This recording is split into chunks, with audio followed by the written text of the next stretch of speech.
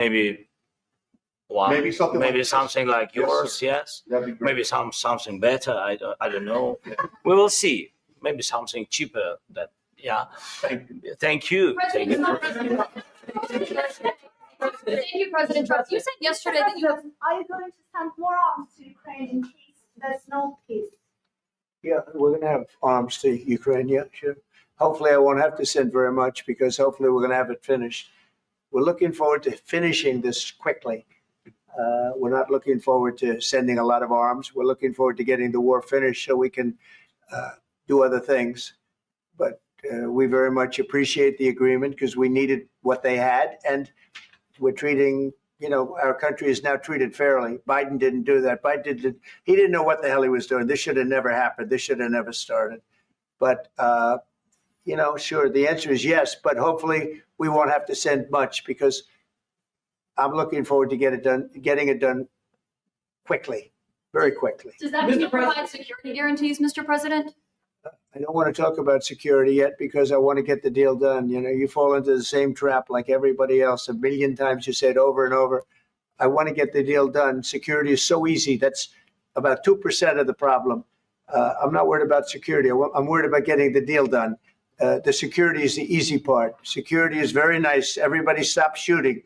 And now will Europe put people there? I know France is going to. I know the UK is going to. I know other countries are going to, and they happen to be right next door. We haven't committed, but we could conceivably, we have security in a different form. We'll have workers there digging, taking the raw earth so that we can create a lot of great product in this country. So in that sense, you have something, but we haven't determined that yet. I will say, in speaking to France and in speaking to, and they were here, as you know, last week and just the other day, they have committed to a lot of security. I don't think you're going to need much security. I think once this deal gets done, it's over. Russia's not going to want to go back, and nobody's going to want to go back. When this deal ends, I really believe this deal is going to be over. Yeah, please go ahead. Go ahead. Mr. President, thank you. You hosted Macron and Keir Starmer at the White House this past week, both of whom praised your courage and conviction to lead the pathway towards peace. Yes. Part of that involved, though, re-engaging Russia in diplomatic relations, something that previous leaders lacked the conviction to do so. What gave you the moral courage and conviction to step forward and lead that? Well, I love this guy. Who are you with? One American News, sir. Well, that's why I like him. One American News does a great job. I like the question. I think it's a very good question. It's a pathway to peace. It's a pathway to getting something solved. And I feel that as the head of this country, I have an obligation to do that. Plus, we're very much involved. We got involved. It's too bad we got involved because there should have been no involvement because there should have been no war. And there shouldn't have been October 7th. That would have never happened. As you know, Iran was broke. They had no money to give to Hezbollah. They had no money to give to Hamas. They were stone cold broke. And then under Biden, they became rich as hell. They went from no money to $300 billion in a period of 4 years. And they gave a lot of that money away. And you see what happened. And that's a real mess also that we hope to be able to solve. But no, I appreciate your question very much. I feel I have an obligation to try and do something to stop the death. If I can answer. Yes, if I can answer. Please, Sorry. go ahead. Please. And I do like your clothing, by the way. Yeah, really? Even though I think he's a great guy, by the way. I don't know if you two like each other, but you know what? I think I he's dressed like this guy. I don't know. I think he's dressed beautiful. So I have more serious things than answer on such Yes, questions. sure. That's a I will good- answer on more serious good questions statement. if I can. Yes. Yeah, so please, about security guarantees and about just ceasefire. We can't just speak about ceasefire and speak. It will not work. Just ceasefire will never work because I'm like a president. I have this experience, and not only me. Ukraine before my presidency, from the 2014, Putin broken 25 times. 25 times he broken his own signature. 25 times he broken ceasefire. But he never broke to me. He never broke. No, you were the president. You were the president during. He never broke to me. In 2016, you've been the president, Mr. President. You've been the president, but He had, of course, not with you, but he had during those periods, he had conversations with our side. And we had Normandy format, the France, Germany, Ukraine, and Russia. And he broken 25 times. That's why we will never accept just ceasefire. It will not work without security guarantees. Security guarantees, maybe President is right about this document and other, but this document is not enough. Strong army is enough because his soldiers afraid, Putin's soldiers afraid of our soldiers when we're strong enough. If we are not strong enough, if we are empty, if our storage is empty, we can't defend our land. Today, he knows that we have, all the world knows that we have meeting, yes? Why he's using ballistic? Putin today using ballistic on our hospitals, schools, and etc. Ballistic. So he knows that we are here and that President Trump is really have goodwill to stop this war. And you hear now the president. So why he's using? So he doesn't want to stop. He doesn't want. But I hope that we will do it. Really, we'll do it. Security. When we speak about security guarantees, when the Europeans are ready for contingents, they need USA backstop. If there will not be United States, we will not never have any contingents, strong contingents from the Europeans, because they don't want to divide alliance connection between the United States and the main and strongest ally and Europeans. And this is crucial. This is important. That's what we want to speak about very much. This is very important. And air defense. So air defense, really, we have big deficit with all these systems, and we need to provide this. We need it very much. Otherwise, Putin will never stop and will go further and further. He doesn't want. He hates us. It's not about me. He hates Ukrainians. He thinks that we are not a nation. He thinks, and he shared these thoughts. I think maybe with your team also. I don't know, but with all the Europeans in media, officially and not, he always said that there is no such country, such nation, such language, and such life like Ukrainian. No, he really doesn't respect all the Ukrainians, and he wants to destroy us. And you are right, Mr. President. That's 2%. This document, maybe other documents, it's a very good start, very good, but it will not enough to stop this person. Should Russia pay to rebuild Ukraine? Mr. President, under these Should Russia pay to rebuild Ukraine? They have to say this question. This is the rule. This is the rule of the war. This is the rule of the war. During all the centuries, all the history, this is the rule of the war. Who began, those pay. This is the rule. Putin began this war. He has to pay all money for innovation. He has to pay. Of course, some Russian assets, what we have in Europe, about 300 billion, we can use them. We can use for innovation and buy military support from the United States also. We can do it, but it's not enough. It's not enough. Do you envision the trilateral summit with Putin and President Zelensky? Wait, 1 second.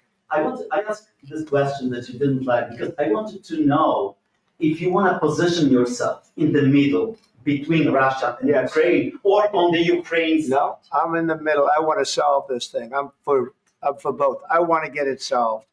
And it's wonderful to speak badly about somebody else, but I want to get it solved. If we can solve it, great. If we can't solve it, they're going to have to fight it out, and who knows what's going to happen. But I want to see it get solved. May I follow up? One more question about U.S. troops in Europe. After Russian invasion of Ukraine, your predecessor sent additional troops to Eastern Europe, including Poland, my country. Yeah. Are you committed to keeping these troops on the eastern flank of NATO in the future? I'm very committed to Poland. I think Poland has really stepped up and done a great job for NATO. They, as you know, they paid more than they had to. They are one of the finest groups of people I've ever known. I'm very committed to Poland. What about Baltics? Poland's in a tough neighborhood, you know. What about the Baltics? The Baltics, they got a lot of, it's a tough neighborhood too. But we're committed. We're going to be very committed, and we're committed to NATO. But NATO has to step up, and the Europeans have to step up more than they have. And I want to see them equalize because they are in for far less than we're in, and they should be at least equal. You understand that? Why is the United States, we have an ocean in between. Why is the United States in for so much more money and other things as Europe? With that being said, and as you said, they've also been obviously very helpful, but we have put in far more than they have. And I think they should equalize. Mr. President, Please, go ahead. About the agreement again today, what changed between the first time that Secretary Vance gave President Zelensky the agreement and today for the signing? We made a deal. So What was the I'm a business person. We made a deal. That's what changed. I didn't think we were going to make a deal.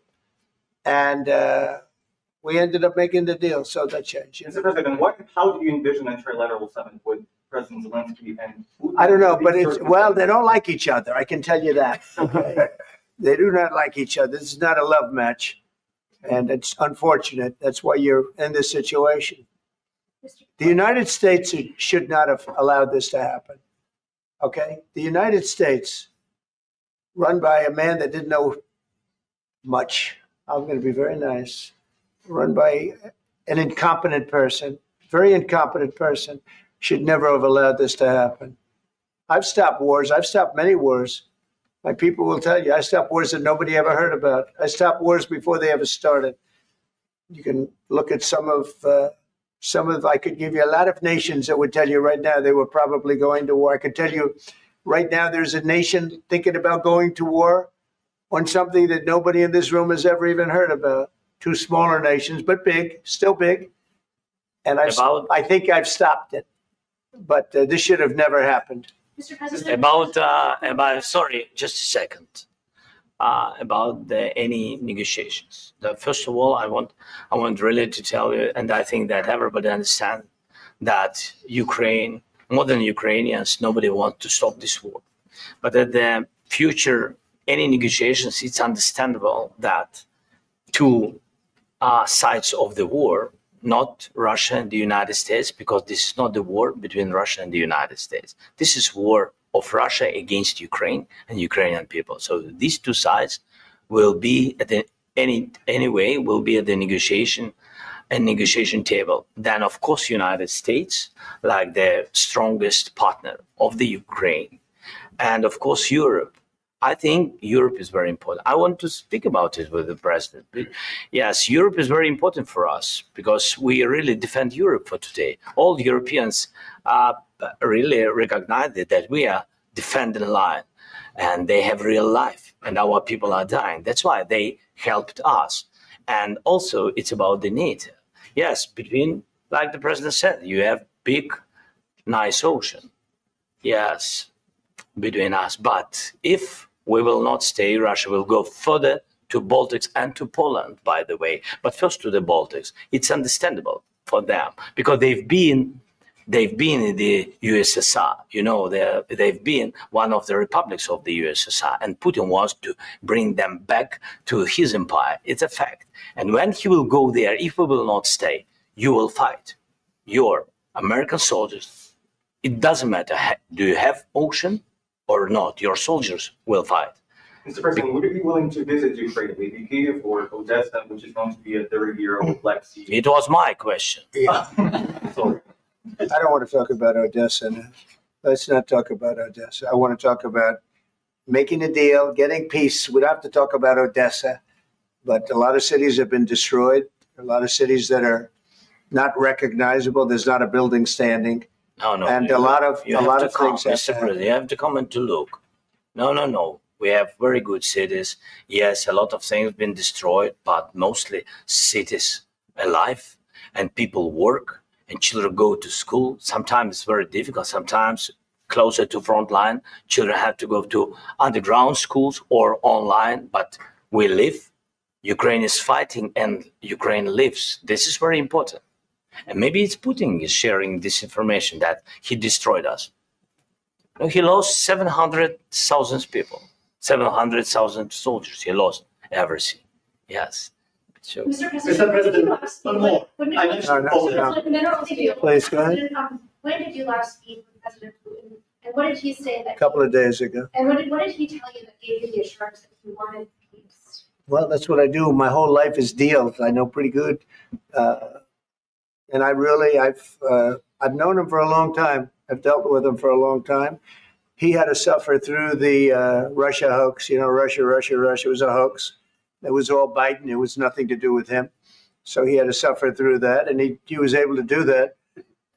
I think that he wants to make a deal, and he'd like to see it end.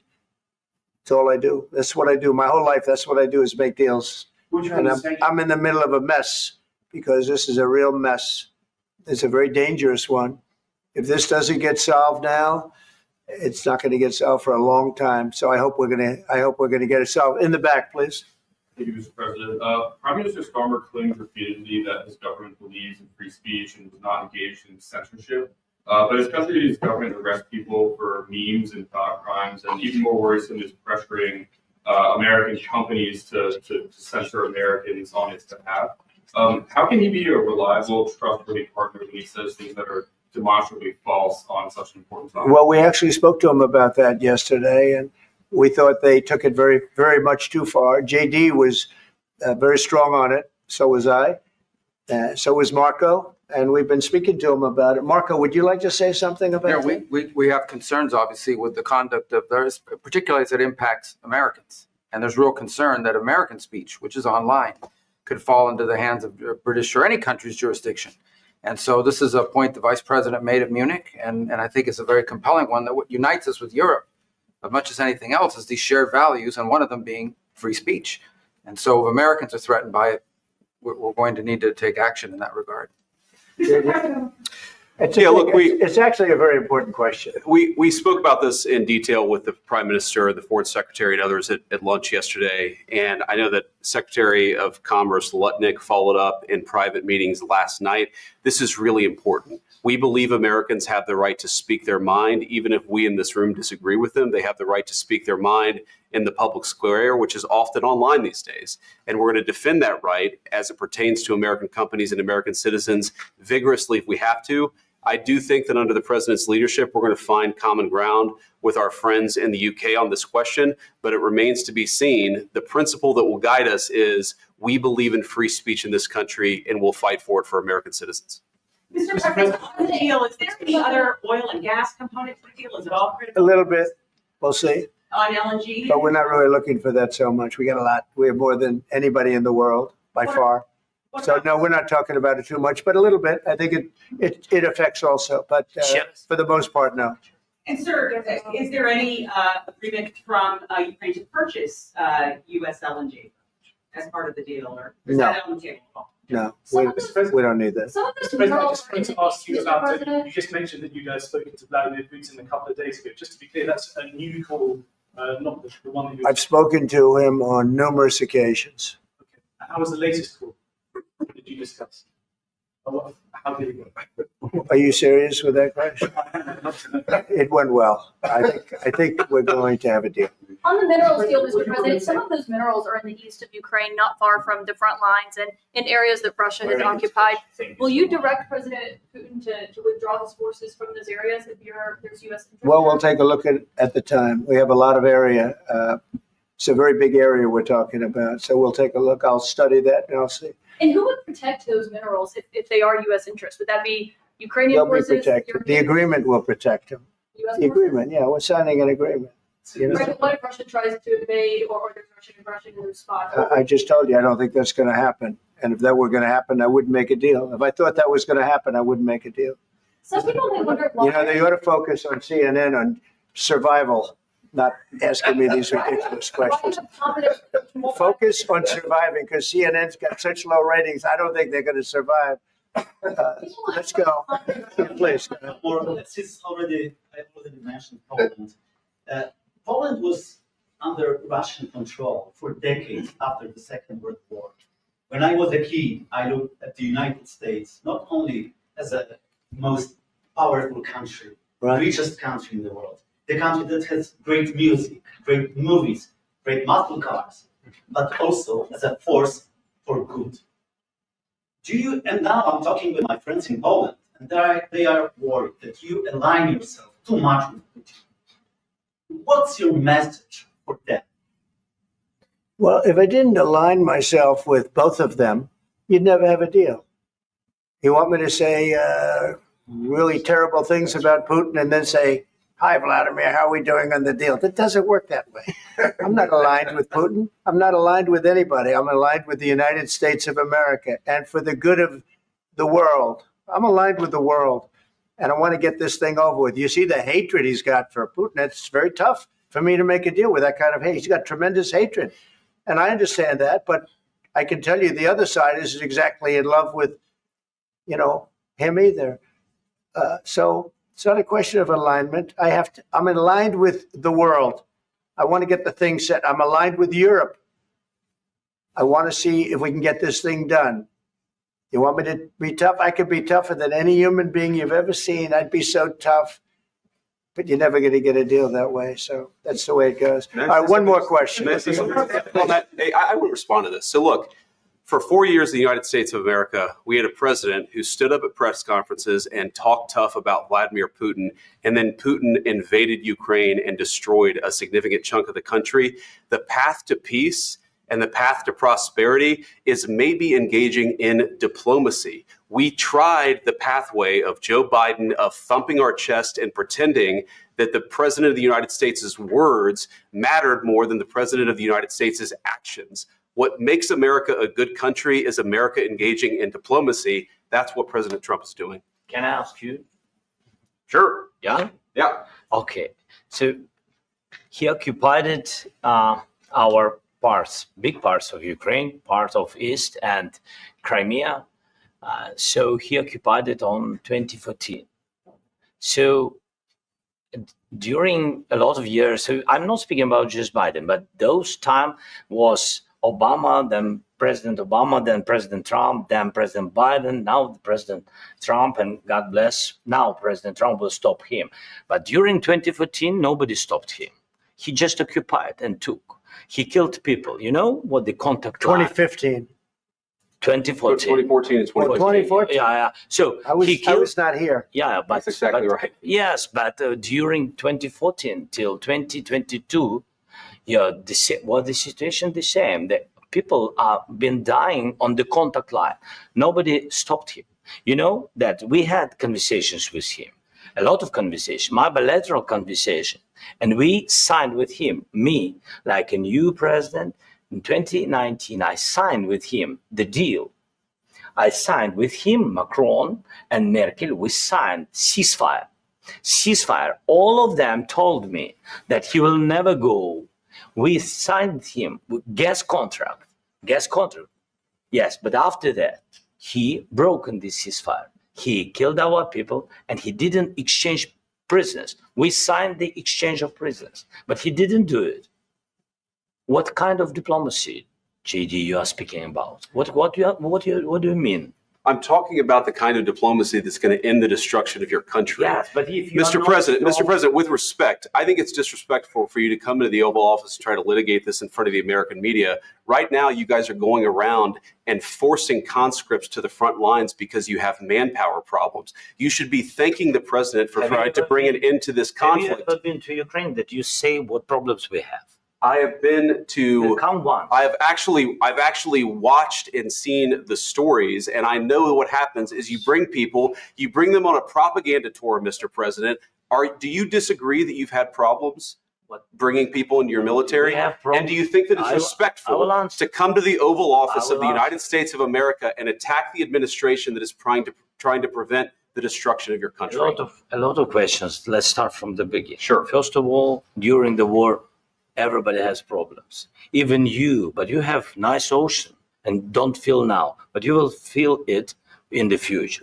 God bless. You don't know that. God bless. God bless. You will not have war. Don't tell us what we're going to feel. We're trying to solve a problem. Don't tell us what we're going to feel. I'm not telling you. Because you're in no position to dictate that. That's Remember exactly this. You're in no position to dictate what we're going to feel. We're going to feel very good. Feel influence. We're going to feel very good and very strong. You will feel influence. You're right now not in a very good position. You've allowed yourself to be in a very bad position, and he happens to be right about it. From the very beginning of the war. You're not in a good position. You don't have the cards right now. With us, you start having Not cards. playing cards. Right now, you don't. I'm very You're playing serious, cards. Mr. President. You're I'm playing very cards. serious. You're I'm gambling the with the president lives in of war. millions of people. You think You're gambling with World War III. What do you You're think about? gambling with What do you World think War about? III. And You- what you're doing is very disrespectful to the country, this country. I'm That's with back all to you. respect to you. Far more than a lot of people said Very they respect. should have. Have you said thank you once this A lot entire of meeting? times. No, in this Even entire meeting, have today. you said thank Even you? today. You went to Pennsylvania and campaigned for the opposition in October. Offer some words of appreciation for What? the United States What of are you America speaking and the president who's trying to save your country. Please, you think that if you will speak very loudly about the war, you He's can. not speaking loudly. He's not Yeah. speaking loudly. Your country's Can I- in big can I- trouble. Can I Wait a answer? minute. No, Can you've I done a lot answer? of talking. Your country is in big trouble. I know. You're not I winning. know. You're not winning this. I, You have a damn We- good chance of we are coming out staying, okay because of Mr. us. President, we are staying in our country, staying strong from the very beginning of the war. We've been alone, and we are thankful. I said thanks. You haven't in been this alone. cabinet, You and haven't not been only allowed. in this We cabinet. gave you through I this said stupid thank- president $350 billion.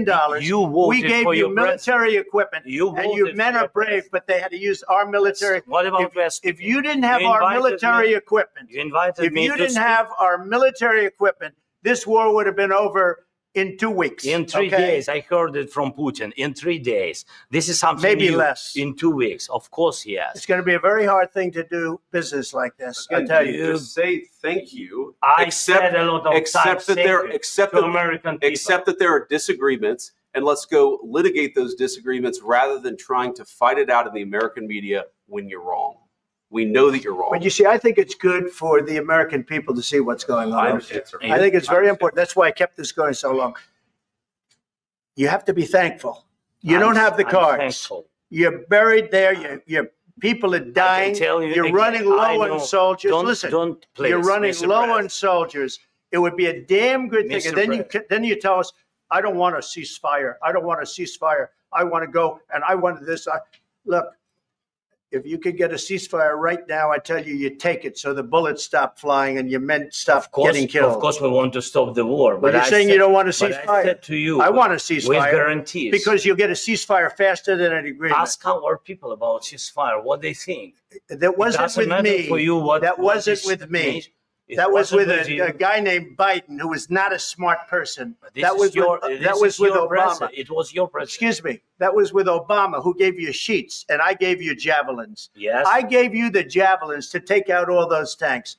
Obama gave you sheets. In fact, the statement is Obama gave sheets and Trump gave javelins. You got to be more thankful, because let me tell you, you don't have the cards. With us, you have the cards. But without us, you don't have any cards. One more question to Mr. Vice President. I'm sorry, here. It'll be a tough deal to make, Um, because the attitudes have to change. what if Russia breaks ceasefire? What if Russia breaks peace talks? What do you do then? I understand that it's a heated conversation right What are now. you saying? What She's if asking, Russia- what if Russia breaks the ceasefire? What if anything? What if a bomb drops on your head right now? But they have Okay? broken What if they ceasefire. broke it? I don't know. They broke it with Biden because Biden, they didn't respect him. They didn't respect Obama. They respect me. I don't- Let me tell you, Putin went through a hell of a lot with me. He went through a phony witch hunt where they used him and Russia. You ever hear of that deal? That was a phony Hunter Biden, Joe Biden scam. Hillary Clinton, Shifty Adam Schiff. It was a Democrat scam. And he had to go through that. And he did go through it. We didn't end up in a war. And he went through it. He was accused of all that stuff. He had nothing to do with it. It came out of Hunter Biden's bathroom. It came out of Hunter Biden's bedroom. It was disgusting. And then they said, oh, the laptop from hell was made by Russia, the 51 agents. The whole thing was a scam. And he had to put up with that. He was being accused of all that stuff. All I can say is this. He might have broken deals with Obama and Bush, and he might have broken them with Biden. He did, maybe. Maybe he didn't. I don't know what happened. But he didn't break them with me. He wants to make a deal. I don't know if you can make a deal. The problem is I've empowered you to be a tough guy.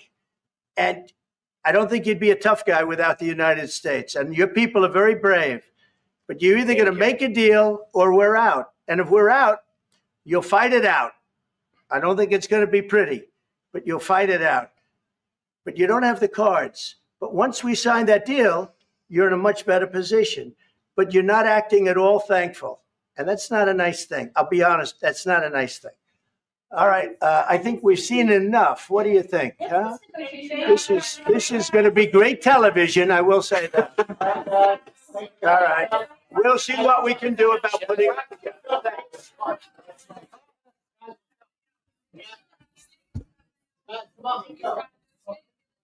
We'll see. I don't know.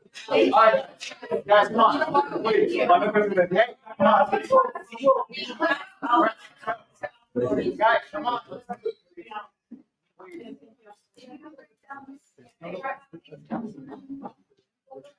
Thank you.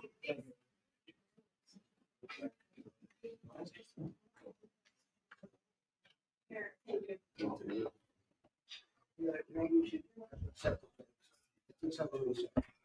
Yeah. Yes, sir. We'll,